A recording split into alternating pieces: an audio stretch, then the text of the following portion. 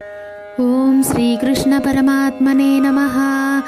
अथ तृतीयोऽध्यायः कर्मयोगः। अर्जुन उवाच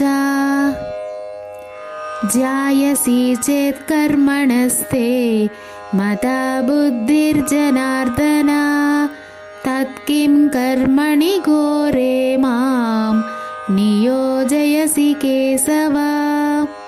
व्यामिश्रेणेव वाक्येन बुद्धिं मोहयसीव मे तदेकं वद निश्चित्य येन श्रेयोऽहमाप्नुयाम्। श्रीभगवान् उवाच लोकेऽस्मिन् द्विविधा निष्ठा पुरा प्रोक्ता मया नघ।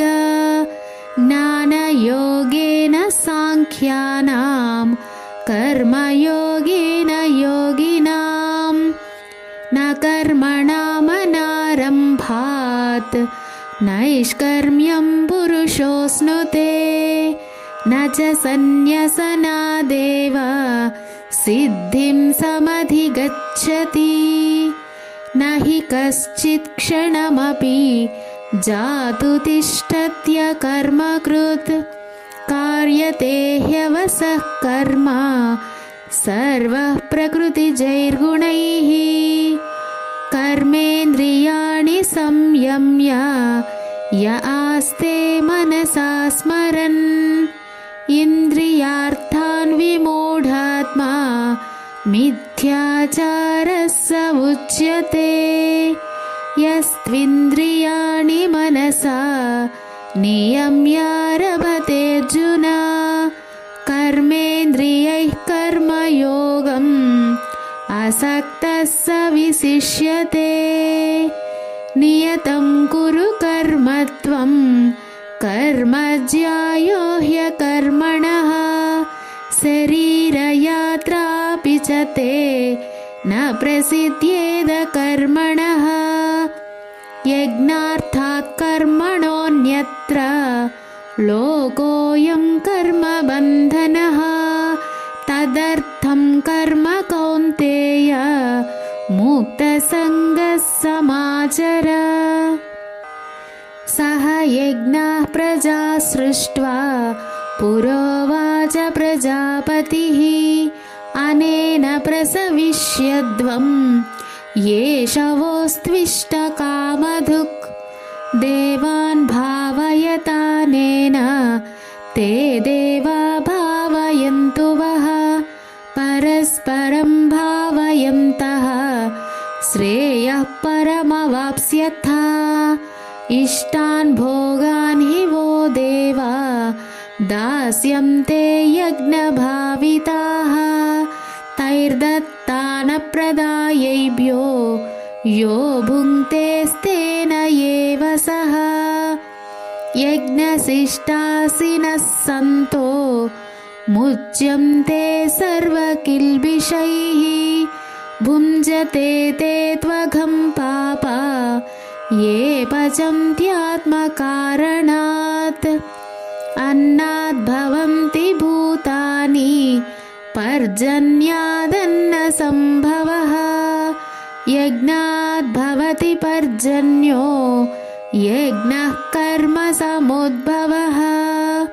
कर्म ब्रह्मोद्भवं विद्धि ब्रह्माक्षरसमुद्भवम् तस्मात् सर्वगतं ब्रह्म नित्यं यज्ञे प्रतिष्ठितम्। एवं प्रवर्तितं चक्रं नानुवर्तयति हयः अघायुरिन्द्रिया रामो मोघं पार्थ स जीवति। यस्त्वात्मरतिरेव स्यात् आत्मतृप्तश्च मानवः आत्मन्येव च सन्तुष्टः तस्य कार्यं न विद्यते। नैव तस्य कृतेनार्थो नाकृतेनेह कश्चन न चास्य सर्वभूतेषु कश्चिदर्थव्यपाश्रयः तस्मादसक्तः सततं कार्यं कर्म समाचर असक्तो ह्याचरन् कर्म परमाप्नोति पूरुषः कर्मणैव हि संसिद्धिम् आस्थिता जनकादयः लोकसङ्ग्रहमेवापि सम्पश्यन् कर्तुमर्हसि यद्यदाचरति श्रेष्ठः तत्तदेवेतरो जनः स यत्प्रमाणं कुरुते लोकस्तदनुवर्तते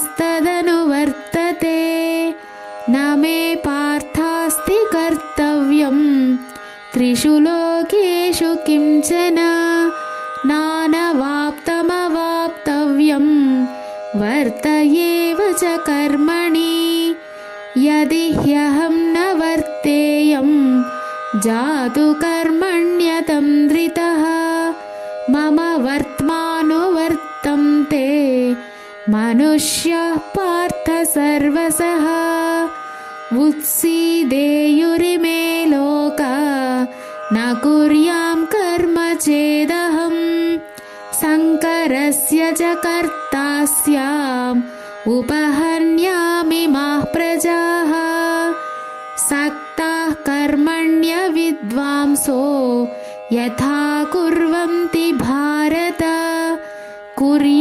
कुर्याद्विद्वांस्तथा सक्तः चिकीर्षुर्लोकसङ्ग्रहम् न बुद्धिभेदं जनयेत् अज्ञानां कर्मसङ्गिनां जोषयेत् सर्वकर्माणि विद्वान् युक्तः समाचरन् प्रकृतेः क्रियमाणानि गुणैः कर्माणि सर्वशः अहङ्कारविमूढात्मा कर्ताहमिति मन्यते तत्त्ववित्तु महाबाहो गुणकर्मविभागयोः गुणागुणेषु वर्तन्त इति मत्वा न सज्जते प्रकृतेर्गुणसम्मूढाः सज्जन्ते गुणकर्मसु तान् कृत्स्नविदो मन्दान् कृत्स्नविन्न विचालयेत् मयि सर्वाणि कर्माणि सन्न्यस्याध्यात्मचेतसा निराशीर्निर्ममो भूत्वा युध्यस्व विगतज्वरः ये मे मतमिदं नित्यम् अनुतिष्ठन्ति मानवाः श्रद्धावन्तो न सूयन्तो मुच्यन्ते तेऽपि कर्मभिः ये त्वेतदभ्यसूयन्तो नानुतिष्ठन्ति मे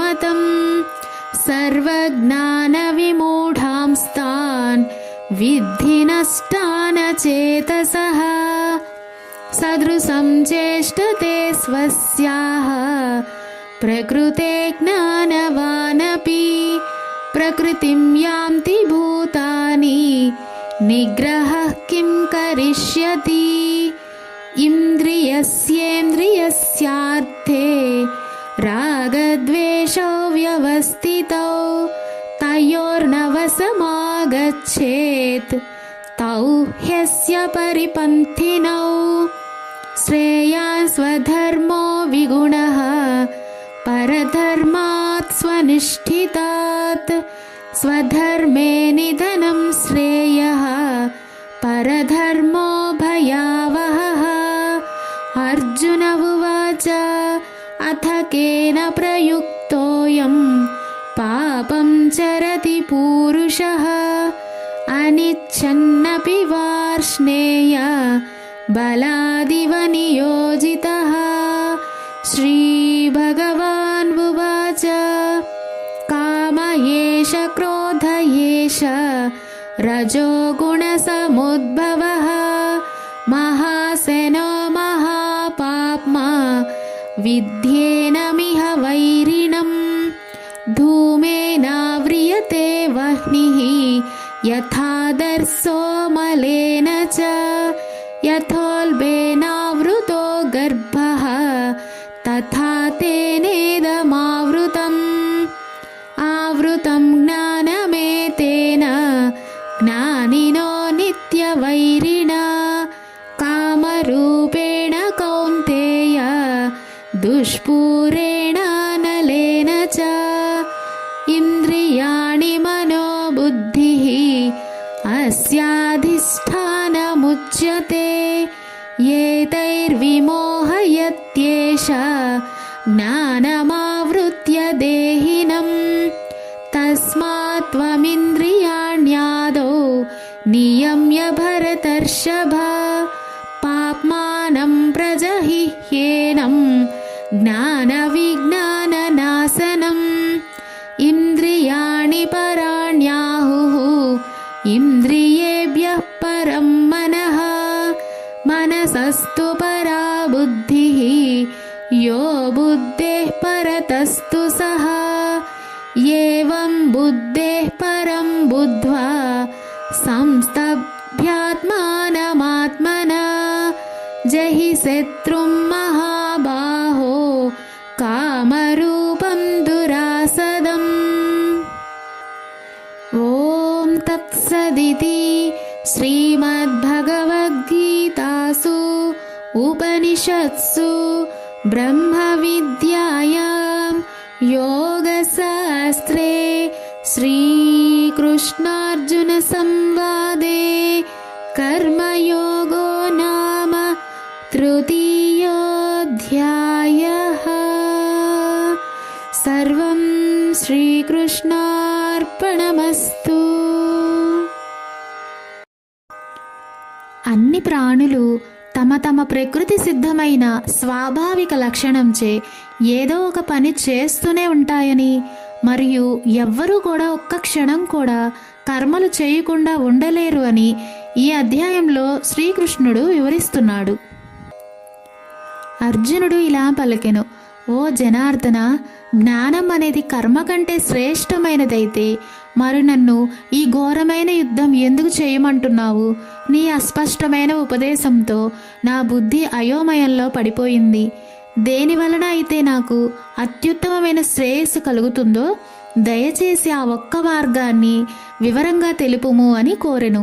భగవంతుడు ఈ విధంగా పలికెను, ఓ పాపరహితుడా, భగవత్ ప్రాప్తికి ఉన్న 2 మార్గాలను నీకు ఇంతకు పూర్వమే చెప్పబడినవి. ధ్యాననిష్ఠయందు ఆసక్తి కలిగిన వారికి జ్ఞాన మార్గము, మరియు పనుల పట్ల ఆసక్తి కలిగిన వారికి కర్మయోగము. మనుష్యుడు కర్మలను ఆచరించకుండా ఉండి కర్మబంధాల నుండి విముక్తి పొందజాలడు. అలాగే కేవలం బాహ్య సన్యాసము ద్వారా జ్ఞానసిద్ధిని పొందజాలడు. ఎవ్వరూ కూడా ఒక్క క్షణం కూడా కర్మను ఆచరించకుండా ఉండలేరు. నిజానికి అన్ని ప్రాణులు తమ తమ ప్రకృతి జనితమైన స్వభావాలచే ప్రేరేపితమై కర్మలు చేయవలసే ఉండును. బాహ్యమైన కర్మేంద్రియాలను అదుపులో ఉంచిన మనస్సులో మాత్రం ఇంద్రియ విషయాలపైనే చింతన చేస్తూ ఉండేవారు తమని తామే మోసం చేసుకునేవారు. అలాంటి వారు కపటలు అని అనబడతారు. కానీ అర్జున, తమ జ్ఞానేంద్రియాలను మనస్సుతో అదుపు చేసి కర్మేంద్రియాలతో మమకార ఆసక్తులు లేకుండా పనిచేసే కర్మయోగులు నిజంగా ఎంతో శ్రేష్ఠులు. కాబట్టి నీవు వేదాలకు అనుగుణంగా విధించబడ్డ కర్మలను నిర్వర్తించాలి. ఎందుకంటే పనులు చేయడం అనేది క్రియారాహిత్యం కన్నా, అంటే చేయకుండా ఉండడం కంటే ఉత్తమమైనది.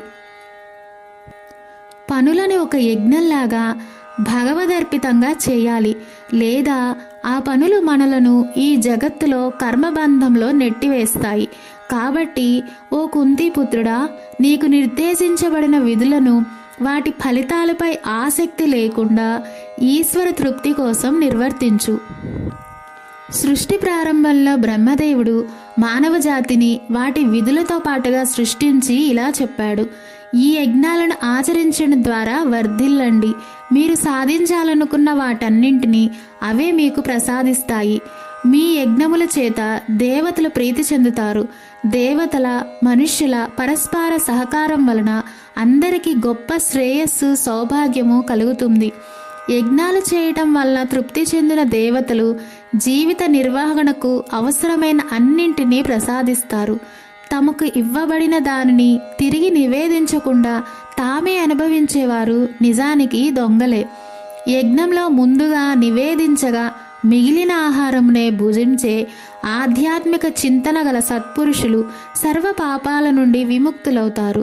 తమ భోగమునకే అన్నం వండుకునేవారు పాపమునే భుజింతురు.